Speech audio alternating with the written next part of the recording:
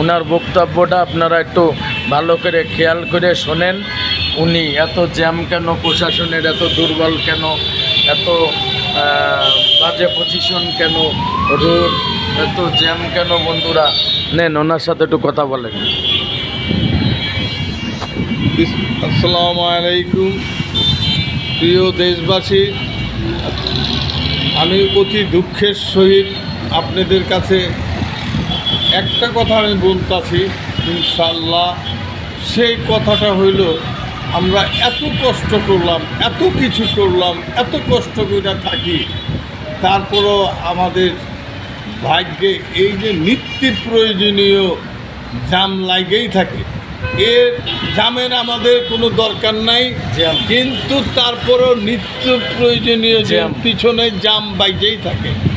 এই জামের জন্য আমরা অনেকে রুগী দেখতে যে টাইম মতন যাইতে পারি না, মেডিকেল ডাক্তারের কাছে সময় মতো বুঝতে পারি না, অনেকে অনেক অবস্থায় দুশ্চিন্তায় থাকে কখন যাব।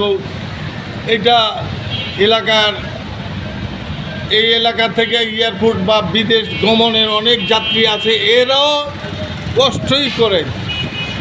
তো ইনশাল্লাহ আপনাদের কাছে, সবার কাছে আমি দোয়ার প্রার্থী, আল্লাহর রহমতে দোয়া করবেন যাতে এই জাম যাত্রীরা সুখ সুবিধাভাবে যাইতে পারে, আসতে পারে। এই দোয়াটুকু অন্তত পক্ষে মুসলমান হিসাবে একটু আল্লাহর কাছে ফরিয়াদ করেন যে আল্লাহ তুমি এর থেকে মাফ করো।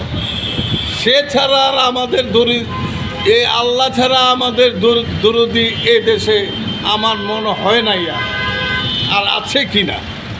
আসসালামু আলাইকুম রহমতুল্লাহ।